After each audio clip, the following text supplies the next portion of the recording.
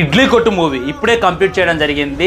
Return director by Dhanush గారు అనమాట. మీకు ట్రైలర్ చూసే ఉంటారు. సినిమా ఎలా ఉంది అనేటటువంటిది ఒక్క మొక్కలో చెప్పాలంటే సినిమా నాకైతే నచ్చింది అనమాట.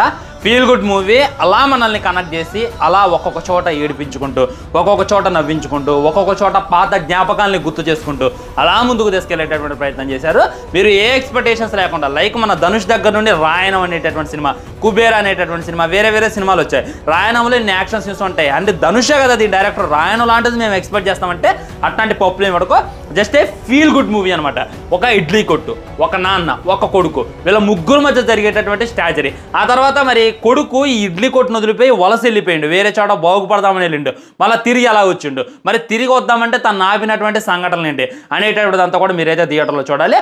ఫస్ట్ హాఫ్ అయితే ఎక్కడెక్కడ ఎమోషన్ సీన్స్ వేరే లెవెల్ ఉంటాయి. సెకండ్ హాఫ్ అయితే కొద్దిగా సాగదీసిన అనేటటువంటి ఫీలింగ్ కలిగిద్ది. మిగిలినవి కూడా చాలా అంటే చాలా బాగుంటాయి. అసలు ఫుల్ మూవీ ఎలా ఉంది అనేటటువంటి ఫుల్